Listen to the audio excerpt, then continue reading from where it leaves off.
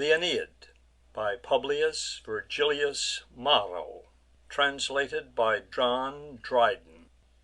Book 5, Games and a Conflagration, Part 1. Meantime the Trojan cuts his wat'ry way, Fix'd on his voyage thro' the curling sea. Then, casting back his eyes with dire amaze, Sees on the Punic shore the mounting blaze. The cause unknown, yet his presaging mind The fate of Dido from the fire divin'd. He knew the stormy souls of womankind, What secret springs their eager passions move, How capable of death for injur'd love. Dire auguries from thence the Trojans draw, Till neither fires nor shining shores they saw. Now seas and skies their prospect only bound, An empty space above, a floating field around. But soon the heavens with shadows were o'erspread, A swelling cloud hung hov'ring o'er their head. Livid it look'd, the threat'ning of a storm; Then night and horror, ocean's face deform'd. The pilot, Palinurus, cried aloud: "What gusts of weather from that gath'ring cloud My thoughts presage! Ere yet the tempest roars, Stand to your tackle, mates, and stretch your oars; Contract your swelling sails, and luff to wind." The frighted crew perform'd the task assign'd. Then to his fearless chief: "Not Heav'n," said he, "Tho' Jove himself should promise Italy, Can stem the torrent of this raging sea. Mark how the shifting winds from west arise, And what collected night involves the skies. Nor can our shaken vessels live at sea, Much less against the tempest force their way. 'Tis fate diverts our course, and fate we must obey. Not far from hence, if I observ'd aright The southing of the stars and polar light, Sicilia lies, whose hospitable shores In safety we may reach with struggling oars." Aeneas then replied: "Too sure I find We strive in vain against the seas and wind. Now shift your sails: what place can please me more Than what you promise, the Sicilian shore, Whose hallow'd earth Anchises' bone contains, And where a prince of Trojan lineage reigns." The course resolv'd, before the western wind They scud amain, and make the port a sign. Meanwhile Acestes, from a lofty stand, Beheld the fleet descending on the land; And, not unmindful of his ancient race, Down from the cliff he ran with eager pace, And held the hero in a strict embrace. Of a rough Libyan bear the spoils he wore, And either hand a pointed jav'lin bore. His mother was a dame of Dardan blood, His sire Crinisus, a Sicilian flood. He welcomes his returning friends ashore, With plenteous country cates and homely store. Now, when the following morn had chas'd away The flying stars, and light restor'd the day, Aeneas call'd the Trojan troops around, And thus bespoke them from a rising ground: "Offspring of heav'n, divine Dardanian race, The sun revolving thro' th' ethereal space, The shining circle of the year has fill'd, Since first this isle my father's ashes held. And now the rising day renews the year, A day for ever sad, for ever dear. This would I celebrate with annual games, With gifts on altars pil'd, and holy flames, Tho' banish'd to gay Tulia's barren sands, Caught on the Grecian seas, or hostile lands. But since this happy storm our fleet has driven, not, as I deem, without the will of heav'n, upon these friendly shores and flow'ry plains, which hide Anchises and his blest remains, let us with joy perform his honours due, and pray for prosperous winds our voyage to renew. Pray that in towns and temples of our own the name of great Anchises may be known, and yearly games may spread the gods' renown. Our sports, Acestes, of the Trojan race, with royal gifts ordain'd is pleas'd to grace. 2 steers on ev'ry ship the king bestows; his gods and ours shall share your equal vows. Besides, if, 9 days hence, the rosy morn shall with unclouded light the skies adorn, that day with solemn sports I mean to grace. Light galleys on the seas shall run a wat'ry race; some shall in swiftness for the gold contend, and others try the twanging bow to bend. The strong, with iron gauntlets arm'd, shall stand Oppos'd in combat on the yellow sand. Let all be present at the games prepar'd, and joyful victors wait the just reward. But now assist the rites with garlands crown'd."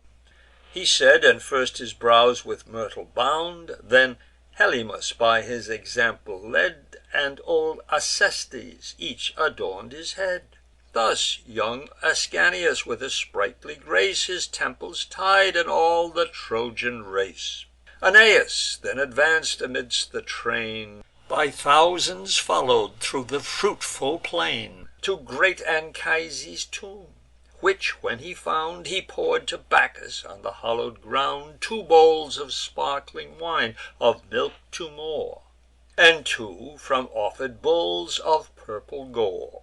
With roses then the sepulchre he strow'd, And thus his father's ghost he spoke aloud: "Hail, O ye holy mourners, hail again! Paternal ashes, now review'd in vain. The gods permitted not that you with me Should reach the promis'd shores of Italy, Or Tiber's flood, what flood soe'er it be."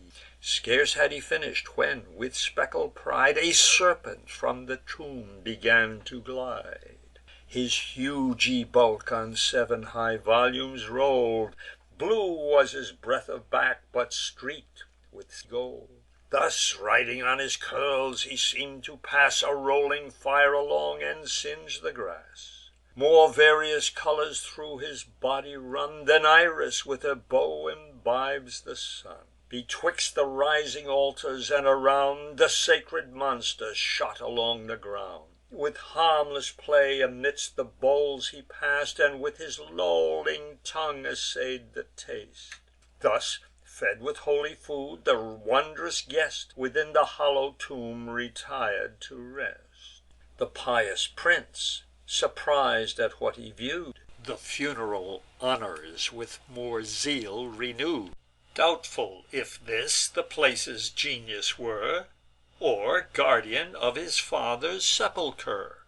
2 sheep, according to the rites, he slew; As many swine and steers of sable hue. New gen'rous wine he from the goblets pour'd, And call'd his father's ghost from hell restor'd. The glad attendants in long order come, Off'ring their gifts at great Anchises' tomb. Some add more oxen, some divide the spoil, Some place the chargers on the grassy soil, Some blow the fire, and offer'd entrails broil.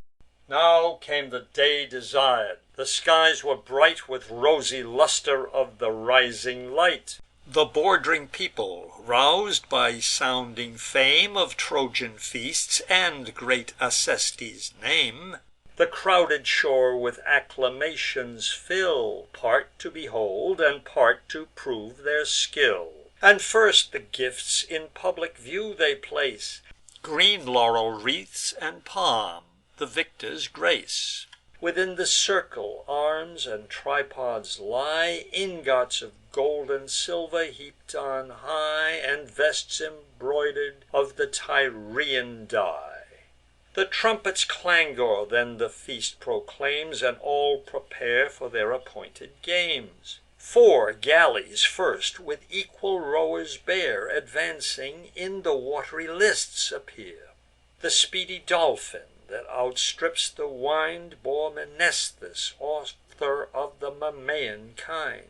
Gyas the vast Chimaera's bulk commands, Which rising like a tow'ring city stands. 3 Trojans tug at every lab'ring oar, 3 banks in 3 degrees the sailors bore. Beneath their sturdy strokes the billows roar.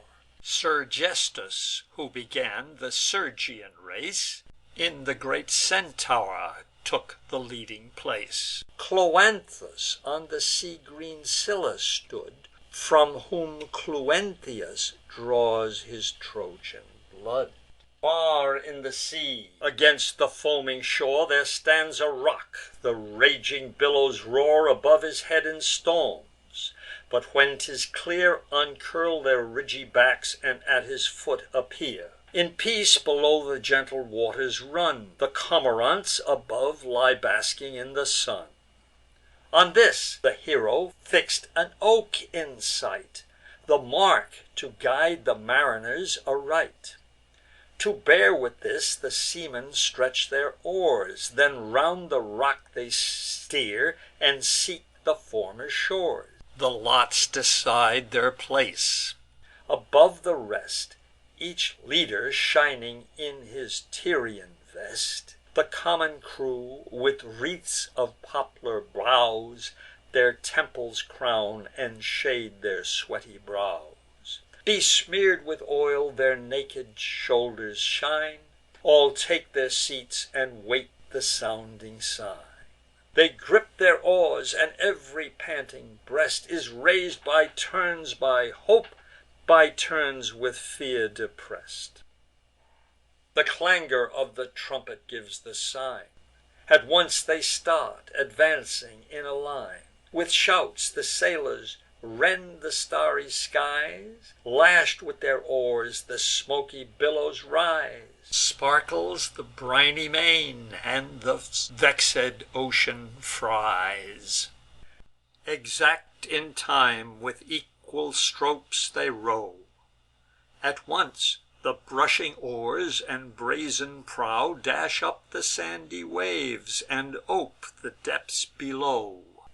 Not fiery coursers in a chariot race Invade the field with half so swift a pace; Nor the fierce driver with more fury lends The sounding lash, and, ere the stroke descends, Low to the wheels his pliant body bends. The partial crowd their hopes and fears divide, And aid with eager shouts the favour'd side. Cries, murmurs, clamours, with a mixing sound, From woods to woods, from hills to hills rebound. Amidst the loud applauses of the shore, Gyas outstripp'd the rest, and sprung before. Cloanthus, better mann'd, pursued him fast, But his o'er-masted galley check'd his haste. The Centaur and the Dolphin brush'd the brine With equal oars, advancing in a line. And now the mighty Centaur seems to lead, And now the speedy Dolphin gets ahead. Now board to board the rival vessels row; The billows lave the skies, and ocean groans below. They reach the mark. Proud Gyas and his train In triumph rode, the victors of the main. But, steering round, he charg'd his pilots stand More close to shore, and skim along the sand. Let others bear to sea. Menoetes heard, but secret shelves too cautiously he fear'd, and fearing sought the deep, and still aloof he steer'd. With louder cries the captain call'd again, "Bear to the rocky shore, and shun the main." He spoke, and, speaking, at his stern he saw The bold Cloanthus near the shelvings draw. Betwixt the mark and him the Scylla stood, and in a closer compass plow'd the flood. He pass'd the mark, and wheeling got before. Gyas blasphem'd the gods, devotedly swore, Cried out for anger, and his hair he tore. Mindless of others' lives, so high was grown His rising rage, and careless of his own, The trembling dotard to the deck he drew, Then hoisted up, and overboard he threw. This done, he seiz'd the helm; his fellows cheer'd, Turn'd short upon the shelves, and madly steer'd. Hardly his head the plunging pilot rears, Clogg'd with his clothes, and cumber'd with his years. Now, dripping wet, he climbs the cliff with pain. The crowd, that saw him fall and float again, Shout from the distant shore, and loudly laugh To see his heaving breast disgorge the briny draught. The following Centaur and the Dolphin's crew Their vanish'd hopes of victory renew. While Gyas lags, they kindle in the race. To reach the mark, Sergesthus takes the place. Mnestheus pursues, and, while around they wind, Comes up, not half his galley's length behind. Then on the deck amidst his mates appear'd, And thus their drooping courage he cheer'd: "My friends, and Hector's followers heretofore, Exert your vigour, tug the lab'ring oar. Stretch to your strokes, my still unconquer'd crew, Whom from the flaming walls of Troy I drew. In this our common interest let me find That strength of hand, that courage of the mind, As when you stemm'd the strong Malean flood, And o'er the Syrtes' broken billows row'd. I seek not now the foremost palm to gain, Tho' yet, but that haughty wish is vain. Let those enjoy it whom the gods ordain. But, to be last, the lags of all the race, Redeem yourselves and me from that disgrace." Now, one and all, they lug amain; they row at the full stretch, and shake the brazen prow. The sea beneath them sinks; their lab'ring sides Are swell'd, and sweat runs guttering down in tides. Chance aids their daring with unhop'd success. Sergesthus, eager with his beak to press Betwixt the rival galley and the rock, Shuts up th' unwieldy Centaur in the lock. The vessel struck, and with the dreadful shock Her oars she shiver'd, and her head she broke. The trembling rowers from their banks arise, And, anxious for themselves, renounce the prize. With iron poles they heave her off the shores, And gather from the sea their floating oars. The crew of Mnestheus, with elated minds, Urge their success, and call the willing winds; Then ply their oars, and cut their liquid way In large compass on the roomy sea. As, when the dove her rocky hole forsakes, Rous'd in a fright, her sounding rings she shakes. The cavern rings with clattering; out she flies, And leaves her callow care, and cleaves the skies. At first she flutters, but at length she springs To smoother flight, and shoots upon her wings. So Mnestheus in the Dolphin cuts the sea, And, flying with a force, that force assists his way. Sergesthus in the Centaur soon he pass'd, Wedg'd in the rocky shoals, and sticking fast. In vain the victor he with cries implores, And practices to row with shatter'd oars. Then Mnestheus bears with Gyas, and outflies. The ship, without a pilot, yields the prize. Unvanquish'd Scylla now alone remains; Her he pursues, and all his vigour strains. Shouts from the fav'ring multitude arise; Applauding echo to the shouts replies. Shouts, wishes, and applause run rattling thro' the skies. These clamours with disdain the Scylla heard, Much grudg'd the praise, but more the robb'd reward. Resolv'd to hold their own, they mend their pace, All obstinate to die, or gain the race. Rais'd with success, the Dolphin swiftly ran. For they can conquer who believe they can. Both urge their oars, and fortune both supplies, And both perhaps had shar'd an equal prize, When to the seas Cloanthus holds his hands, And succour from the wat'ry pow'rs demand.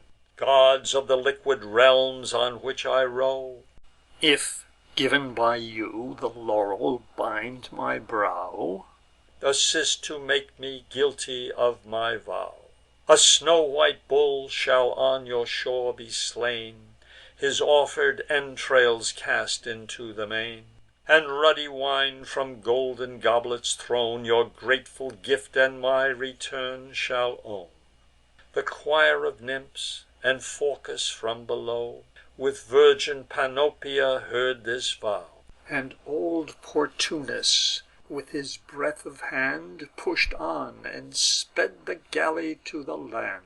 Swift as a shaft, o' winged wings she flies, And, darting to the port, obtains the prize. The herald summons all, and then proclaims Cloanthus conqueror of the naval games. The prince with laurel crowns the victor's head, And 3 fat steers are to his vessel led, The ship's reward; with generous wine beside, And sums of silver, which the crew divide. The leaders are distinguish'd from the rest; The victor honour'd with a nobler vest, Where gold and purple strive in equal rows, And needlework its happy cost bestows. There Ganymede is wrought with living art, Chasing thro' Ida's groves the trembling hart.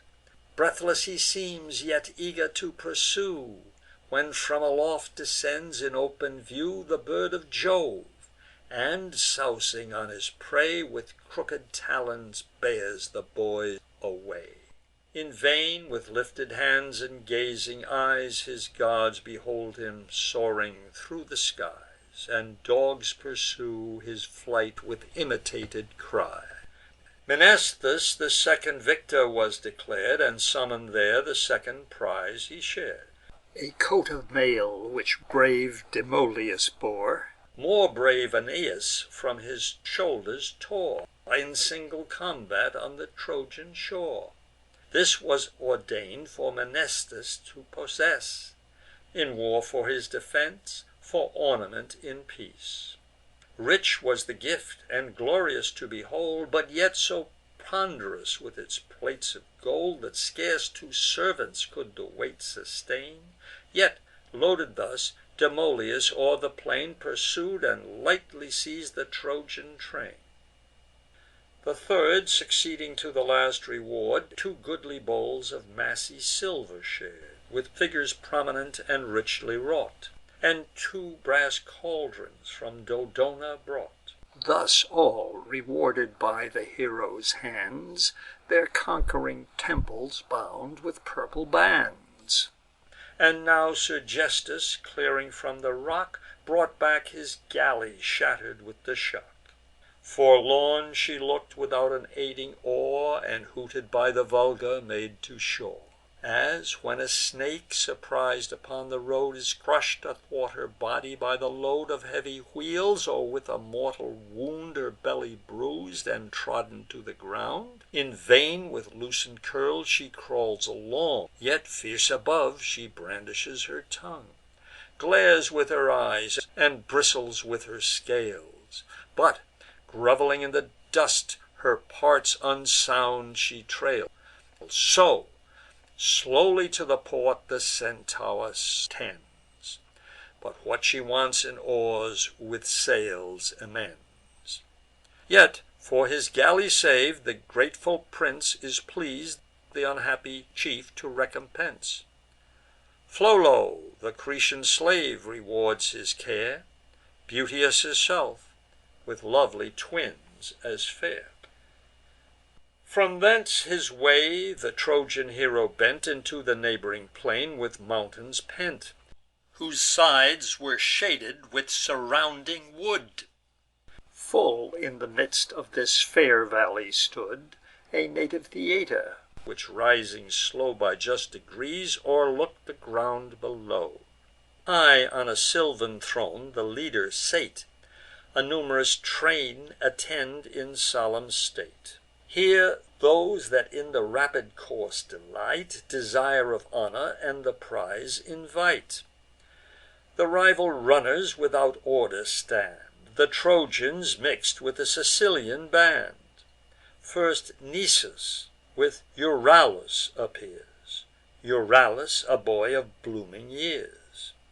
With sprightly grace and equal beauty crown'd, Nisus for friendship to the youth renown'd. Diores next, of Priam's royal race; Then Salius join'd with Patron took their place. But Patron in Arcadia had his birth, And Salius his from Acarnanian earth. When two Sicilian youths, the names of those Swift Helymus and lovely Panopes, Both jolly huntsmen, both in forest bred, And owning all Acestes for the head, And sev'ral others of ignobler name, Whom time has not deliver'd o'er to fame. To these the hero thus his thoughts explain'd, In words which general approbation gain'd. One common largess is for all design'd; The vanquish'd and the victor shall be join'd. 2 darts of polish'd steel and Gnosian wood, A silver-studded axe alike bestow'd. The foremost 3 have olive wreaths decreed. The first of these obtains a stately steed, Adorn'd with trappings; and the next in fame The quiver of an Amazonian dame, With feather'd Thracian arrows well supplied. A golden belt shall gird his manly side, Which with a sparkling diamond shall be tied. The third this Grecian helmet shall content, He said. To their appointed base they went. With beating hearts the expected sign receiv'd, And starting all at once, the barrier leave.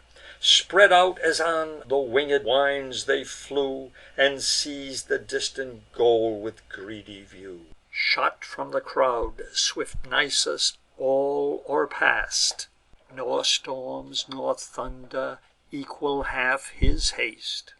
The next, but though the next yet far disjoin'd, Came Salius, and Euryalus behind. Then Helymus, who young Diores plied, Step after step, and almost side by side, His shoulders pressing, and in longer space Had won, or left at least a dubious race. Now spent, the goal they almost reach at last, When eager Nisus, hapless in his haste, Slipp'd first, and slipping fell upon the plain, Soak'd with the blood of oxen newly slain. The careless victor had not mark'd his way, But treading where the treacherous puddle lay, His heels flew up, and on the grassy floor He fell, besmear'd with filth and holy gore. Not mindless then, Euryalus, of thee, Nor of the sacred bonds of amity, He strove th' immediate rival's hope to cross, And caught the foot of Salius as he rose. So Salius lay extended on the plain. Euryalus springs out the prize to gain, And leaves the crowd. Applauding peals attend the victor to his goal, Who vanquish'd by his friend. Next Helymus, then Diores came, By 2 misfortunes made the third in fame. But Salius enters, and exclaiming loud For justice, deafens and disturbs the crowd; Urges his cause may in the court be heard, And pleads the prize is wrongfully conferr'd. But favour for Euryalus appears; His blooming beauty, with his tender years, Had bribed the judges for the promis'd prize. Besides, Diores fills the court with cries, Who vainly reaches at the last reward, If the first palm on Salius be conferr'd. Then thus the prince: "Let no disputes arise; Where fortune plac'd it, I award the prize. But fortune's errors give me leave to mend, At least to pity my deserving friend," he said. And from among the spoils he draws, Pond'rous with shaggy mane and golden paws, a lion's hide. To Salius this he gives. Nisus with envy sees the gift and grieves. "If such rewards to vanquish'd men are due," he said, "and falling is to rise by you, what prize may Nisus from your bounty claim, Who merited first rewards and fame? In falling both an equal fortune tried, Would fortune for my fall so well provide." With this he pointed to his face, and show'd his hand and all his habit smear'd with blood. The indulgent father of the people smil'd, and caus'd to be produc'd an ample shield of wondrous art, by Didymaon wrought, long since from Neptune's bars in triumph brought. This, giv'n to Nisus, he divides the rest, and equal justice in his gifts express'd. The race thus ended, and rewards bestow'd, once more the prince bespeaks th' attentive crowd. "If there be here whose dauntless courage dare In gauntlet fight with limbs and body bare, His opposite sustain in open view, Stand forth the champion, and the games renew. 2 prizes I propose, and thus divide: A bull with gilded horns and fillets tied Shall be the portion of the conqu'ring chief; A sword and helm shall cheer the loser's grief." Then haughty Dares in the lists appears; Stalking he strides, his head erected bears. His nervous arms the weighty gauntlet wield, And loud applauses echo thro' the field. Dares alone in combat us'd to stand, The match of mighty Paris, hand to hand. The same at Hector's funerals undertook Gigantic Butes of th' Amycian stock, And, by the stroke of his resistless hand, Stretch'd the vast bulk upon the yellow sand.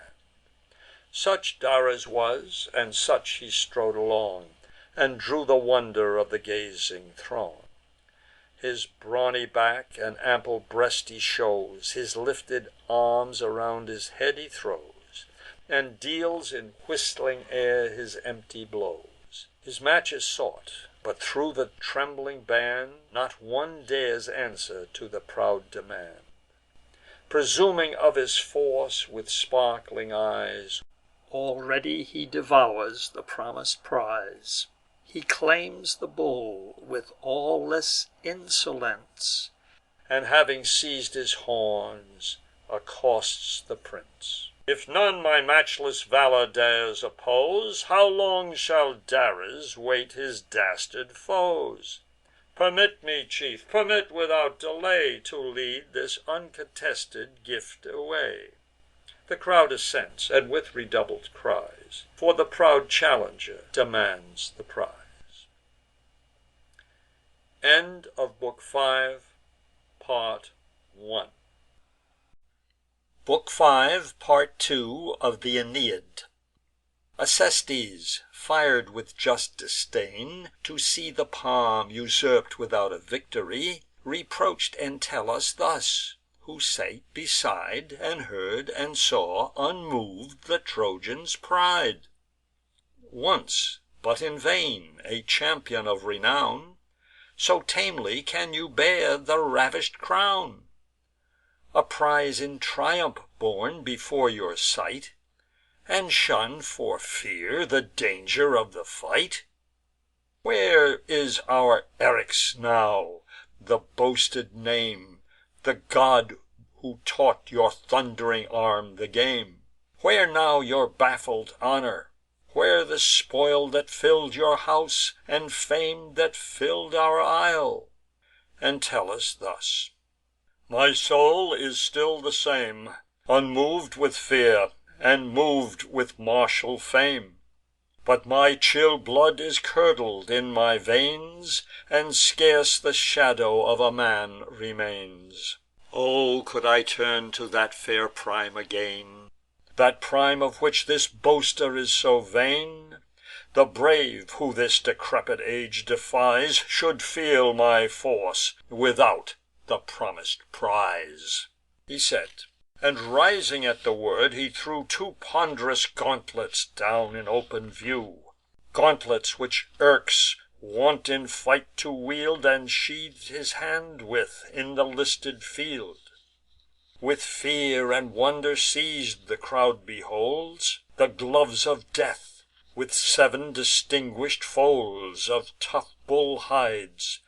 The space within is spread with iron, or with loads of heavy lead. Dares himself was daunted at the sight, renounc'd his challenge, and refus'd to fight. Astonish'd at their weight, the hero stands, and pois'd the pond'rous engines in his hands. "What had your wonder," said Entellus, "been, Had you the gauntlets of Alcides seen, Or view'd the stern debate on this unhappy green? These which I bear your brother Eryx bore, Still mark'd with batter'd brains and mingled gore. With these he long sustain'd the Herculean arm, And these I wielded while my blood was warm. This languag'd frame, while better spirits fed, Ere age unstrung my nerves, or time o'ersnow'd my head.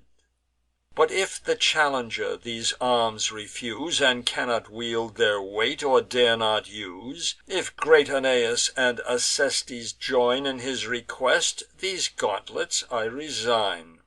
Let us with equal arms perform the fight, And let him leave to fare, since I resign my right."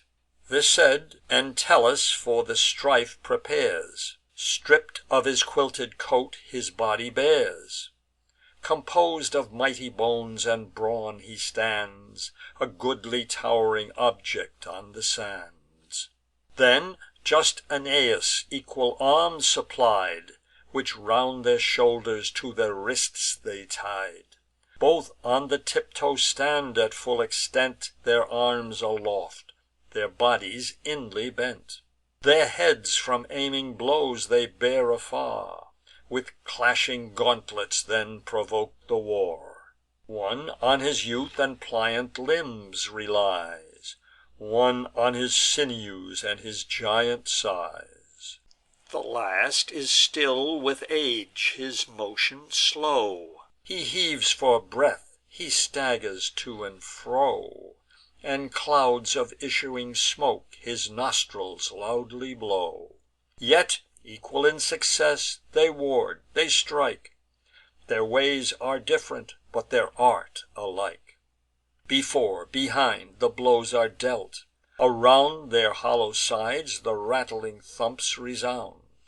A storm of strokes, well meant, with fury flies, And errs about their temples, ears, and eyes. Nor always errs, for oft the gauntlet draws A sweeping stroke along the crackling jaws, Heavy with age. Entellus stands his ground, But with his warping body wards the wound. His hand and watchful eye keep even pace, While Dares traverses and shifts his place; And, like a captain who beleaguers round Some strong-built castle on a rising ground, Views all th' approaches with observing eyes, This and that other part in vain he tries, And more on industry than force relies.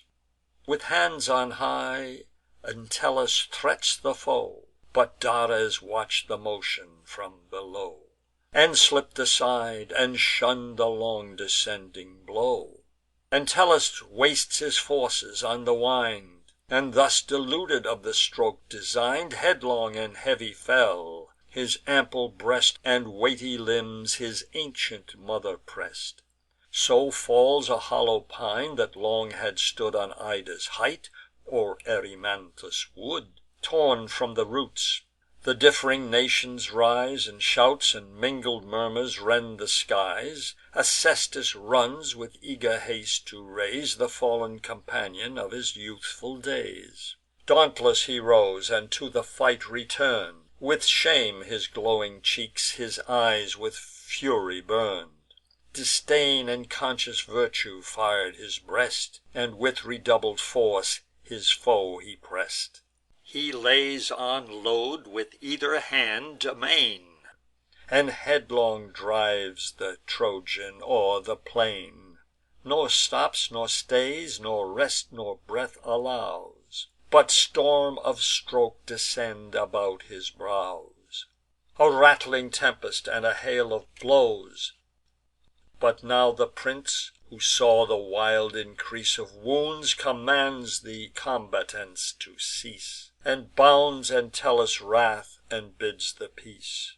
First to the Trojans, spent with toil, he came, and sooth'd his sorrow for the suffer'd shame. "What fury seiz'd my friend?" "The gods," said he, "to him propitious, and averse to thee, have giv'n his arms superior force to thine. 'Tis madness to contend with strength divine." The gauntlet fight thus ended, from the shore His faithful friends unhappy Dares bore. His mouth and nostrils pour'd a purple flood, And pounded teeth came rushing with his blood. Faintly he stagger'd thro' the hissing throng, And hung his head, and trail'd his legs along. The sword and casque are carried by his train, But with his foe the palm and ox remain. The champion then before Aeneas came, Proud of his prize, but prouder of his fame. "O goddess born, and you, Dardanian host, Mark with attention, and forgive my boast. Learn what I was, by what remains, and know From what impending fate you sav'd my foe." Sternly he spoke, and then confronts the bull, And, on his ample forehead aiming full, The deadly stroke descending pierc'd the skull. Down drops the beast, nor needs a second wound, But sprawls in pangs of death, and spurns the ground. Then thus: "In Dares' stead I offer this: Eryx, accept a noble sacrifice. Take the last gift my weather'd arms can yield; Thy gauntlets I resign, and here renounce the field." This done, Aeneas orders, for the close, The strife of archers with contending bows. The mast Sergestus' shatter'd galley bore, With his own hands he raises on the shore. A flutt'ring dove upon the top they tie, The living mark at which their arrows fly. The rival archers in a line advance, Their turn of shooting to receive from chance. A helmet holds their names, the lots are drawn. On the first scroll was read Hippocoon. The people shout. Upon the next was found young Mnestheus, late with naval honours crown'd. The third contain'd Eurytion's noble name, Thy brother Pandarus, and next in fame, Whom Pallas urg'd the treaty to confound, And send among the gifts a feather'd wound. Acestes in the bottom last remain'd, Whom not his age from youthful sports restrain'd. Soon all with vigour bend their trusty bows, And from the quiver each his arrow chose. Hippocoon's was the first; with forceful sway It flew, and whizzing cut the liquid way. Fix'd in the mast, the feather'd weapon stands. The fearful pigeon flutters in her bands, And the tree trembled, and the shouting cries Of the pleas'd people rend the vaulted skies. Then Mnestheus to the head his arrow drove, With lifted eyes, and took his aim above, But made a glancing shot, and miss'd the dove, Yet miss'd so narrow, that he cut the cord Which fasten'd by the foot the flitting bird. The captive thus releas'd, away she flies, And beats with clapping wings the yielding skies. His bow already bent, Ereuthyon stood, And, having first invok'd his brother god, His winged shaft with eager haste he sped. The fatal message reach'd her as she fled. She leaves her life aloft; she strikes the ground, And renders back the weapon in the wound. Acestes, grudging at his lot, remains Without a prize to gratify his pains. Yet, shooting upward, sends his shaft, to show an archer's art, and boast his twanging bow. The feather'd arrow gave a dire portent, And later augurs judge from this event. Chaf'd by the speed, it fir'd, and as it flew, A trail of following flames ascending drew. Kindling they mount, and mark the shiny way Across the skies, as falling meteors play, And vanish into wind, or in a blaze decay. The Trojans and Sicilians wildly stare, And trembling turn their wonder into pray'r. The Dardan prince put on a smiling face, And strain'd Acestes with a close embrace. Then, honouring him with gifts above the rest, Turn'd the bad omen, nor his fears confess'd. "The gods," said he, "this miracle have wrought, And order'd you the prize without the lot. Accept this goblet, rough with figur'd gold, Which Thracian Cisseus gave my sire of old. This pledge of ancient amity receive, Which to my second sire I justly give." He said, and, with the trumpet's cheerful sound, Proclaim'd him victor, and with laurel crown'd. Nor good Eurytion envied him the prize, Tho' he transfix'd the pigeon in the sky. Who cut the line, with second gifts was grac'd; The third was his whose arrow pierc'd the mast. The chief, before the games were wholly done, Call'd Periphantes, tutor to his son, And whisper'd thus: "With speed Ascanius find, And if his childish troop be ready join'd, On horseback let him grace his grandsire's day, And lead his equals arm'd in just array."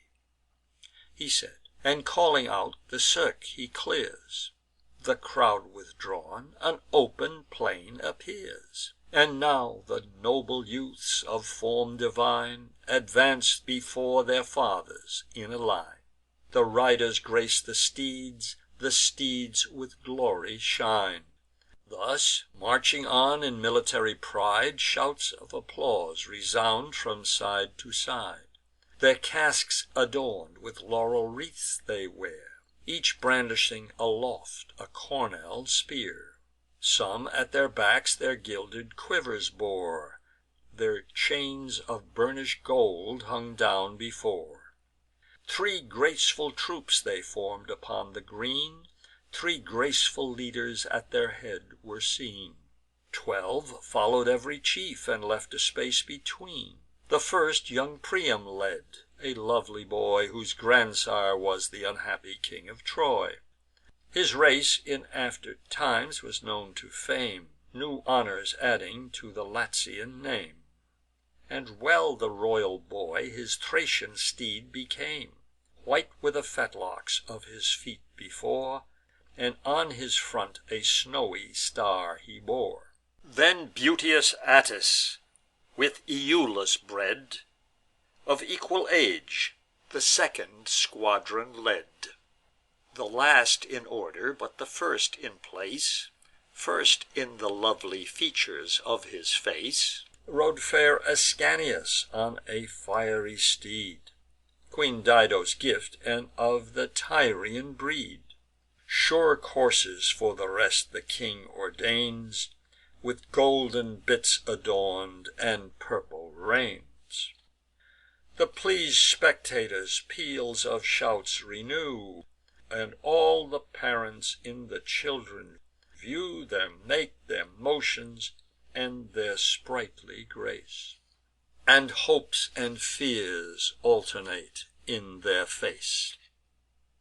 The unfledg'd commanders and their martial train First make the circuit of the sandy plain, Around their sires, and, at th' appointed sign, Drawn up in beauteous order, form a line.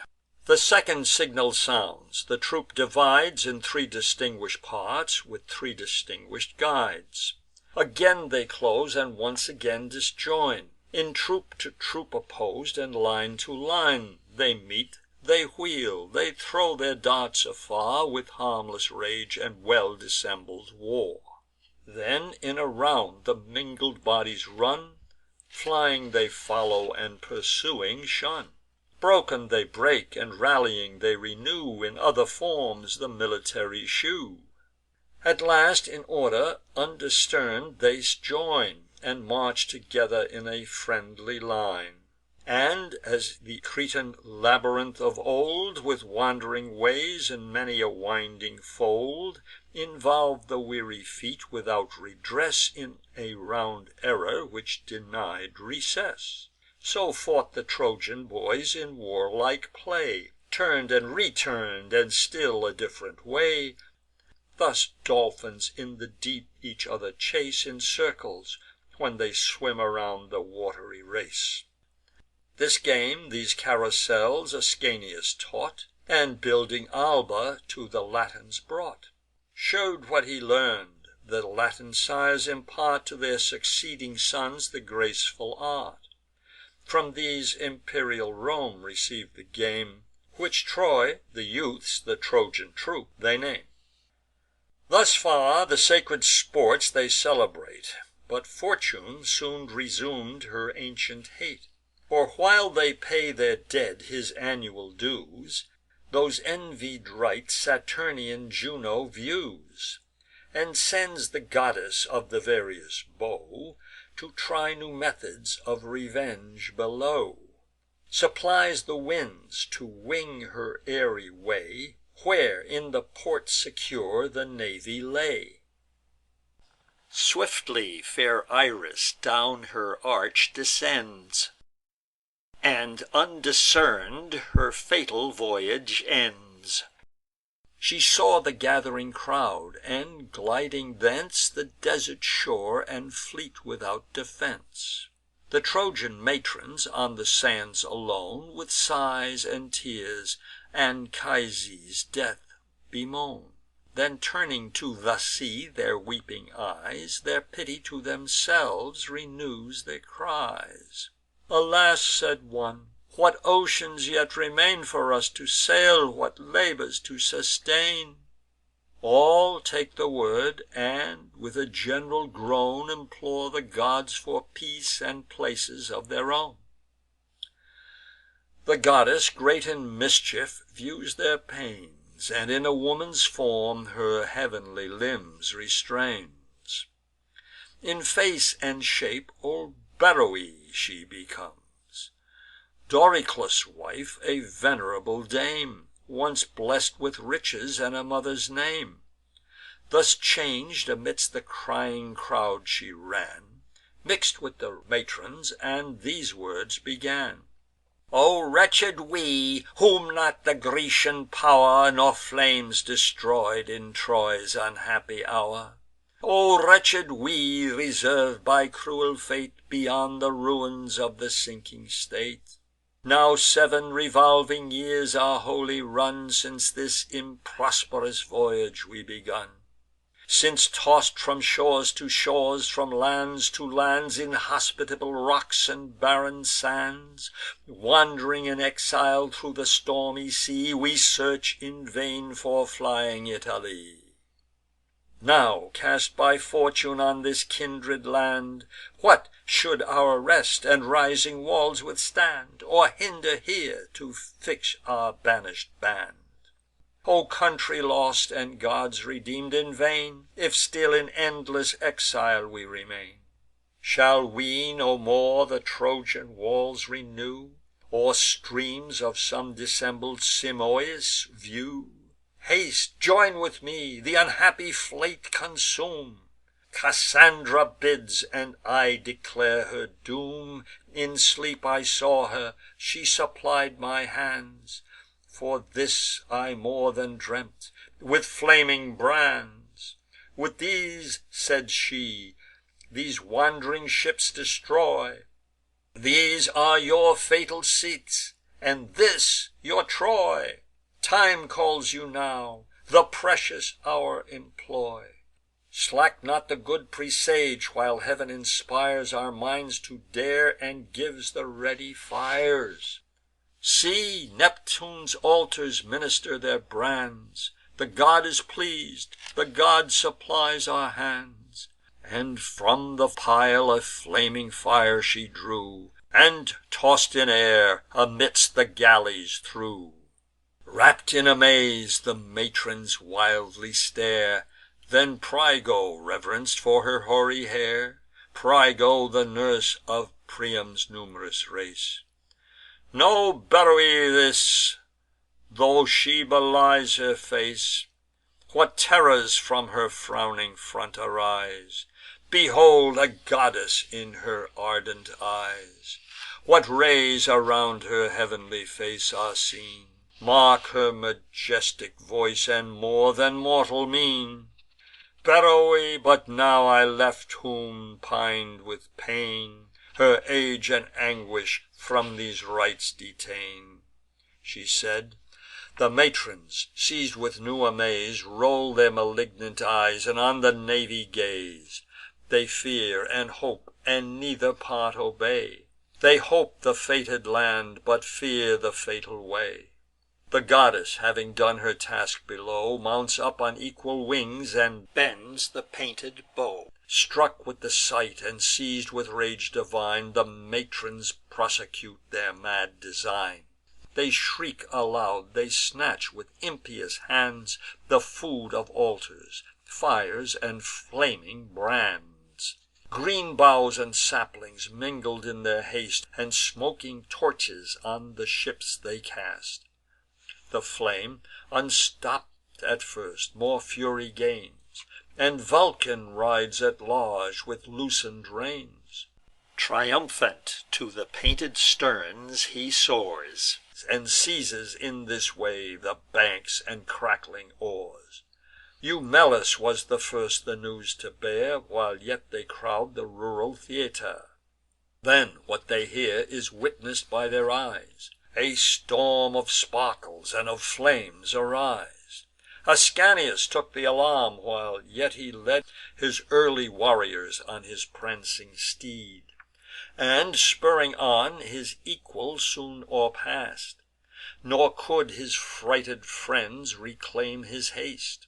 Soon as the royal youth appear'd in view, He sent his voice before him as he flew. "What madness moves you, matrons, to destroy The last remainders of unhappy Troy? Not hostile fleets, but your own hopes you burn, And on your friends your fatal fury turn. Behold your own Ascanius!" While he said, He drew his glitt'ring helmet from his head, In which the youths to sportful arms he led. By this Aeneas and his train appear; And now the women, seiz'd with shame and fear, Dispers'd, to woods and cavern take their flight, Abhor their actions, and avoid the light. Their friends acknowledge, and their error find, And shake the goddess from their alter'd mind. Not so the raging fires their fury cease, But, lurking in the seams, with seeming peace Work on their way amidst the smouldering tow, Sure in destruction, but in motion slow. The silent plague thro' the green timber eats, And vomits out a tardy flame by fits. Down to the keels and upward to the sails The fire descends, or mounts, but still prevails. Nor buckets pour'd, nor strength of human hand, Can the victorious element withstand. The pious hero rends his robe, and throws to heav'ns his hand, And with his friends his vows. "O Jove," he cried, "if pray'rs can yet have place, If thou abhorrest not all the Dardan race, If any spark of pity still remain, If gods are gods, and not invok'd in vain, Yet spare the relics of the Trojan train, Yet from the flames our burning vessels free, Or let thy fury fall alone on me. At this devoted head thy thunder throw, And send the willing sacrifice below." Scarce had he said, when southern storms arise; From pole to pole the forky lightning flies. Loud rattling shakes the mountains and the plain; Heav'n bellies downward, and descends in rain. Whole sheets of water from the clouds are sent, Which, hissing thro' the planks, the flames prevent, And stop the fiery pest. 4 ships alone burnt to the waist, and for the fleet atone. But doubtful thoughts the hero's heart divide, If he should still in Sicily reside, Forgetful of his fates, or tempt the main, In hope the promis'd Italy to gain. Then Notes, old and wise, to whom alone The will of Heav'n by Pallas was foreshown, Vers'd in portents, experienced, and inspir'd To tell events, and what the fates requir'd. Thus, while he stood, to neither part inclin'd, With cheerful words reliev'd his lab'ring mind. O goddess born, resign'd in ev'ry state, With patience bear, with prudence push your fate. By suff'ring well our fortune we subdue, Fly when she frowns, and, when she calls, pursue. Your friend Acestes is of Trojan kind; To him disclose the secrets of your mind. Trust in his hands your old and useless train, Too numerous for the ships which yet remain. The feeble, old, indulgent of their ease, The dames who dread the dangers of the seas, With all the dastard crew who dare not stand The shock of battle with your foes by land. Here you may build a common town for all, And from Acestes' name Acesta call. The reasons, with his friend's experience join'd, Encourag'd much, but more disturb'd his mind. 'Twas dead of night, when to his slumb'ring eyes His father's shade descended from the skies, And thus he spoke: "O more than vital breath, Lov'd while I liv'd, and dear ev'n after death! O son, in various toils and troubles toss'd, The King of Heav'n employs my careful ghost On his command; the god, who sav'd from fire Your flaming fleet, and heard your just desire, The wholesome counsel of your friend receive, And here the coward train and women leave. The chosen youth, and those who nobly dare, Transport, to tempt the dangers of the war. The stern Italians will their courage try; Rough are their manners, and their minds are high. But first to Pluto's palace you shall go, And seek my shade among the blest below. For not with impious ghosts my soul remains, Nor suffer'd with the damn'd perpetual pains, But breathes the living air of soft Elysian plains. The chaste Sibylla shall your steps convey, And blood of offer'd victims free the way. There shall you know what realms the gods assign, And learn the fates and fortunes of your line. But now, farewell! I vanish with the night, And feel the blast of heav'n's approaching light." He said, and mix'd with shades, and took his airy flight. "Whither so fast?" the filial duty cried; "And why, ah why, the wish'd embrace denied?" He said, and rose. As holy zeal inspires, He rakes hot embers, and renews the fires. His country gods and Vesta then adores, With cakes and incense, and their aid implores. Next for his friends and royal host he sent, Reveal'd his vision, and the gods' intent, With his own purpose. All, without delay, The will of Jove and his desires obey. They list with woman each degenerate name, Who dares not hazard life for future fame. These they cashier; the brave remaining few, Oars, banks, and cables half consum'd, renew. The prince designs a city with the plow; The lots their sev'ral tenements allow. This part is nam'd from Ilium, that from Troy, And the new king ascends the throne with joy. A chosen senate from the people draws, Appoints the judges, and ordains the laws. Then on the top of Eryx they begin A rising temple to the Paphian queen. Anchises last is honour'd as a god. A priest is added, annual gifts bestow'd, and groves are planted round his blest abode. 9 days they pass in feasts, their temples crown'd, and fumes of incense in the fanes abound. Then from the south arose a gentle breeze, that curl'd the smoothness of the glassy sea. The rising winds a ruffling gale afford, and call the merry mariners aboard. Now loud laments along the shores resound, Of parting friends in close embraces bound. The trembling women, the degenerate train, Who shun the frightful dangers of the main, even those desire to sail and take their share Of the rough passage and the promis'd war, whom good Aeneas cheers, and recommends to their new master's care his fearful friends. On Eryx's altar 3 fat calves he lays, a lamb new fallen to the stormy seas; then slips his hawsers, and his anchors weighs. High on the deck the godlike hero stands, With olive crown'd, a charger in his hands; Then cast the reeking entrails in the brine, And pour'd the sacrifice of purple wine. Fresh gales arise, with equal strokes they vie, And brush the buxom seas, and o'er the billows fly.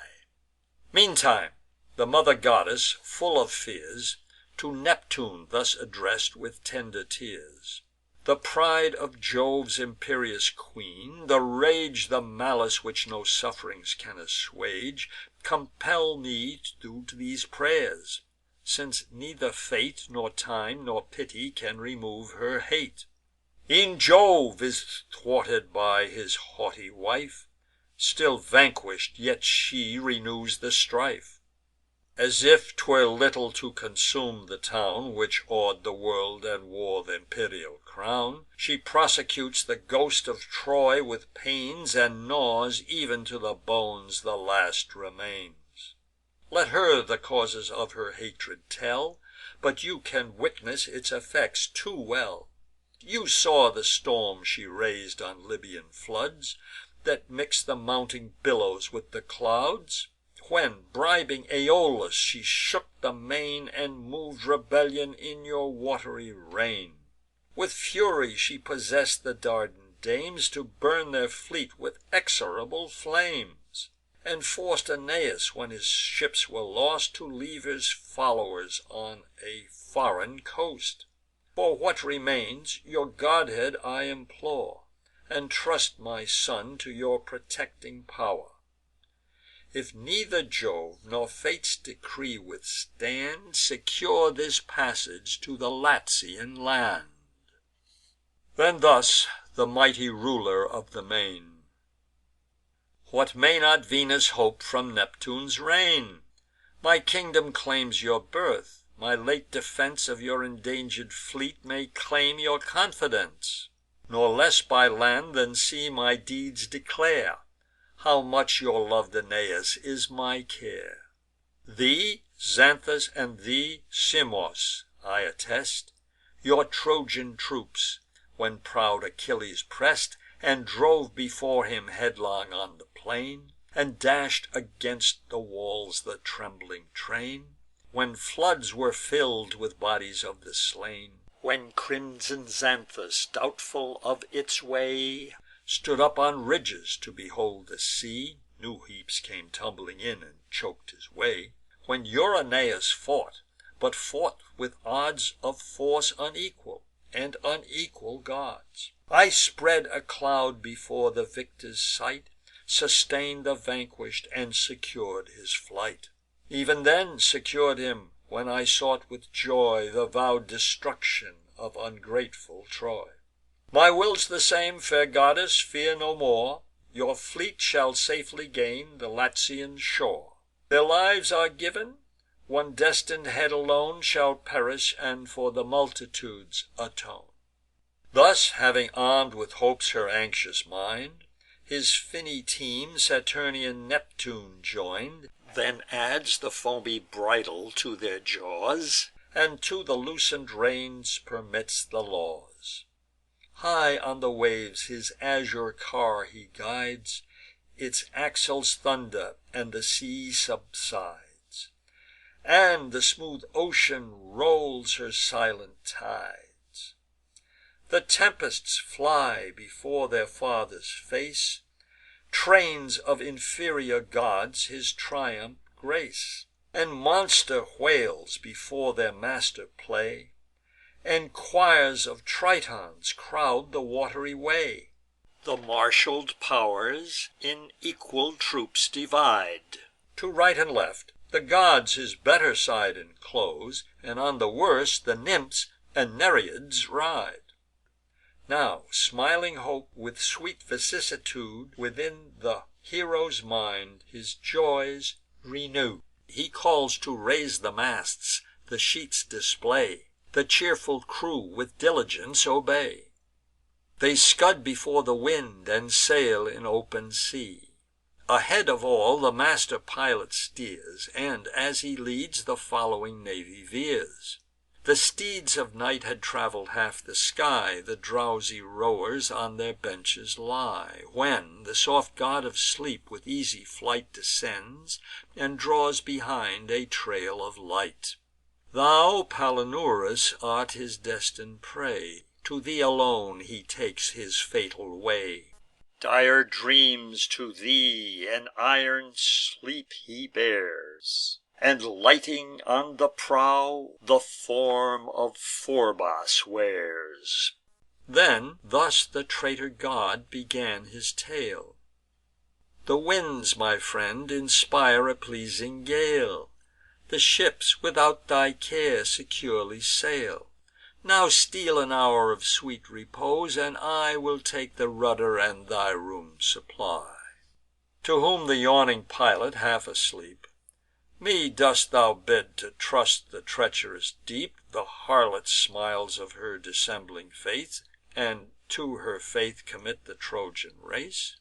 Shall I believe the Siren South again, And, oft betray'd, not know the monster main?" He said; his fasten'd hands the rudder keep, And, fix'd on heav'n, his eyes repel invading sleep. The god was wroth, and at his temples threw A branch in Lethe dipp'd, and drunk with Stygian dew. The pilot, vanquish'd by the pow'r divine, Soon clos'd his swimming eyes, and lay supine. Scarce were his limbs extended at their length, The god, insulting with superior strength, Fell heavy on him, plung'd him in the sea, And with the stern the rudder tore away. Headlong he fell, and, struggling in the main, Cried out for helping hands, but cried in vain. The victor daemon mounts obscure in air, While the ship sails without the pilot's care.